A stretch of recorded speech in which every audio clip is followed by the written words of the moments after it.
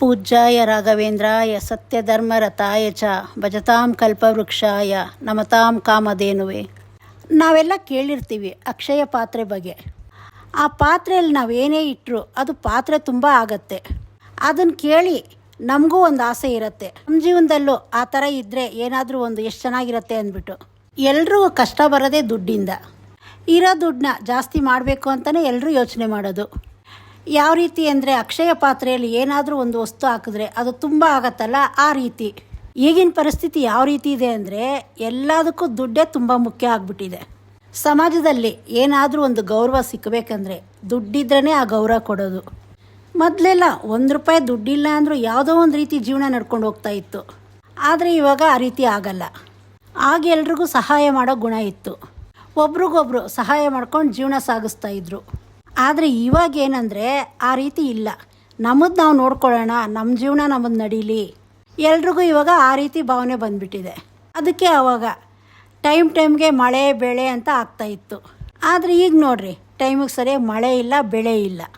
ಹಣ ಬರುತ್ತೆ, ಆದರೆ ₹1 ಕೈಯಲ್ಲಿ ನಿಲ್ಲಲ್ಲ. ಇವಾಗ ನಿಮ್ಮ ಕೈ ತುಂಬ ಹಣ ಇರಬೇಕಂದ್ರೆ ಲಕ್ಷ್ಮೀ ಕೃಪೆ ಇರಬೇಕು. ಆ ಲಕ್ಷ್ಮೀ ಕೃಪೆ ನಿಮ್ಮ ಮೇಲೆ ಇರಬೇಕು ಅಂದರೆ ನೀವೊಂದು ಚಿಕ್ಕ ಕೆಲಸ ಮಾಡಬೇಕು. ಆವಾಗ ನಿಮಗೆ ದುಡ್ಡಿನ ಸಮಸ್ಯೆ ಅನ್ನೋದೇ ಬರಲ್ಲ. ಯಾವುದೋ ಒಂದು ರೀತಿ ದುಡ್ಡು ತಾನಾಗೇ ಬರೋಕ್ಕೆ ಶುರು ಆಗುತ್ತೆ. ಆಗ ನಿಮಗೆ ಗೊತ್ತಾಗುತ್ತೆ ಲಕ್ಷ್ಮೀ ಕೃಪೆ ನಿಮ್ಮ ಮೇಲೆ ಬಿದ್ದಿದೆ ಅಂದ್ಬಿಟ್ಟು. ನೀವು ಈ ಕೆಲಸನ ಅಕ್ಷಯ ತೃತೀಯ ದಿವಸ ಮಾಡಬೇಕು. ಆ ದಿನ ಮನೆಯೆಲ್ಲ ಸ್ವಚ್ಛವಾಗಿಕ್ಕಿ, ಮನೆ ಹೊರಗಡೆನೂ ಎಲ್ಲ ಕ್ಲೀನಾಗಿ ಎಲ್ಲ ತೊಳೆದು ರಂಗೋಲಿ ಹಾಕಿ ಕ್ಲೀನಾಗಿ ಇಡಬೇಕು. ಸೂರ್ಯನ ಕಿರಣ ಮನೆ ಒಳಗಡೆ ಬರಬೇಕು. ನೀವೇನು ಮಾಡಬೇಕಂದ್ರೆ ಕಿಟಕಿ ಬಾಗಿಲೆಲ್ಲ ತೆಗೆದಿಡಬೇಕು. ಎಲ್ಲಿ ಸೂರ್ಯನ ಬೆಳಕು ಬೀಳತ್ತೋ ಎಷ್ಟೋ ನೆಗೆಟಿವಿಟಿ ಎಲ್ಲ ಅಲ್ಲೇ ಹೋಗುತ್ತೆ. ನೀವು ಯಾವುದೇ ಒಂದು ಮನೆಯಲ್ಲಾಗಲಿ ತುಂಬ ಕತ್ಲಿದ್ರೆ ಅಲ್ಲೇ ನೆಗೆಟಿವಿಟಿ ಇರುತ್ತೆ, ಯಾಕಂದರೆ ಅಲ್ಲಿ ಸೂರ್ಯನ ಕಿರಣ ಇರಲ್ಲ. ಅಕ್ಷಯ ತೃತೀಯ ದಿವಸ ಸೂರ್ಯನ ಕಿರಣ ಮನೆಯೊಳಗಡೆ ಬರಬೇಕು. ನೀವು ಆ ರೀತಿ ಮಾಡಿ. ಆಮೇಲೆ ಮನೆಯಲ್ಲಿ ಯಾವಾಗಲೂ ಪೂಜೆ ಮಾಡ್ತಿರಲ್ಲ, ಹೂವು ಹಣ್ಣು ಇಟ್ಟು ಅದೇ ರೀತಿ ಮಾಡಿ. ನಿಮ್ಮ ಮನೆ ದೇವ್ರನ್ನ ಮತ್ತು ರಾಯರನ್ನ, ಲಕ್ಷ್ಮೀ ದೇವನ ನೆನೆಸ್ಕೊಂಡು ಪೂಜೆ ಮಾಡಿ. ಅಕ್ಷಯ ತೃತೀಯ ದಿವಸ ಅಂದರೆ ಏನಾದರೂ ಒಂದು ಒಡವೆ ತೊಗೊಂಬಂದರೆ ಒಳ್ಳೆಯದು ಅಂತ ಹೇಳ್ತಾರೆ. ದುಡ್ಡಿರೋರು ತೊಗೊಂಬಂದು ಇಡ್ತಾರೆ. ಆದರೆ ದುಡ್ಡಿಲ್ಲದೆ ಇರೋರು ಯಾವ ರೀತಿ ತರೋದು? ಆಗಲ್ಲ ತರೋದಕ್ಕೆ.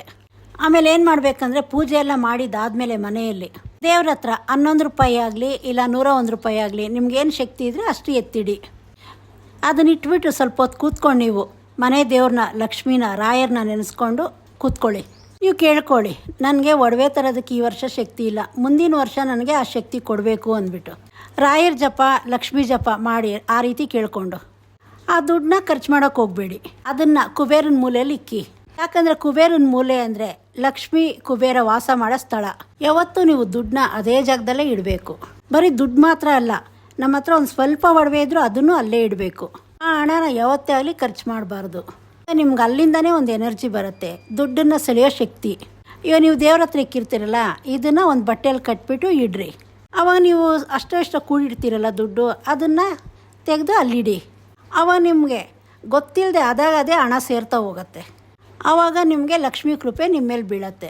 ಇದ್ರ ಜೊತೆ ನೀವು ಇನ್ನೊಂದು ಮುಖ್ಯವಾಗಿ ಏನು ಮಾಡಬೇಕಂದ್ರೆ ಮನೆ ಸ್ವಚ್ಛವಾಗಿರಬೇಕು. ಅಂದರೆ ಎಲ್ರಿಗೂ ಗೊತ್ತು, ಮನೆ ಎಲ್ಲಿ ಸ್ವಚ್ಛವಾಗಿರುತ್ತೋ ಅಲ್ಲಿ ಲಕ್ಷ್ಮಿ ಇರ್ತಾಳೆ ಅಂತ. ನೀವು ಅಕ್ಷಯ ತೃತೀಯ ದಿವಸ ಈ ಚಿಕ್ಕ ಕೆಲಸ ಮಾಡೋದ್ರಿಂದ ನಿಮಗೆ ದೊಡ್ಡ ಬದಲಾವಣೆ ತಂದುಕೊಡುತ್ತೆ. ಇದೇ ಥರ ಒಳ್ಳೊಳ್ಳೆ ಮಾಹಿತಿ ತಿಳಿಸ್ಕೊಡ್ತೀನಿ. ಚಾನಲ್ ಸಬ್ಸ್ಕ್ರೈಬ್ ಮಾಡೋದು ಮರಿಬೇಡಿ.